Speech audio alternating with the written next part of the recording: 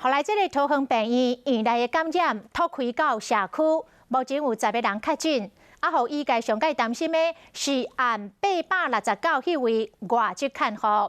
因为这个病院大多数的看护工下伫某工的病房，甚至伫个阁楼层安尼出入床软，嘛将做疫情上大的担心。有一寡建议，讲桃园都要来封城。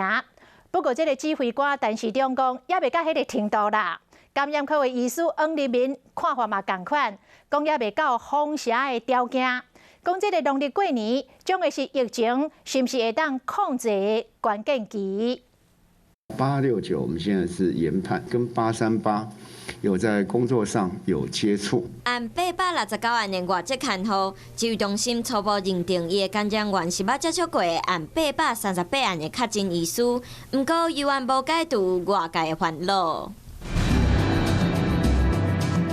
按838案是伫1月7日协助按869案外籍看护的头家进行治疗。过工这位医生就出现直直扫发烧的状况，不过过9天外籍看护才破病，无符合即摆病院内底话着真紧就会出现症头的特性。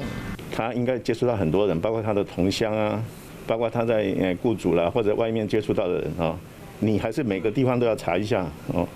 不要就100%认定是在跟医师接触的这30分钟，而且这30分钟理论上是应该有在做感控的。病院内底感染或者是社区感染，敢有需要封城？社区感染至少要到第4波了，目前才到第1波，离封城还有一段距离。如果社区感染真的到第4波，代表这个基本上控制不住了，那封城就是一个考虑。目前桃园病院的感染事件已经有10人确诊，不过其中社区感染者去过的所在无法度完全掌握。感染科医师讲，到农历过年进前，拢是这波感染敢会变严重的关键期，民众一定要好好防疫，袂使放松。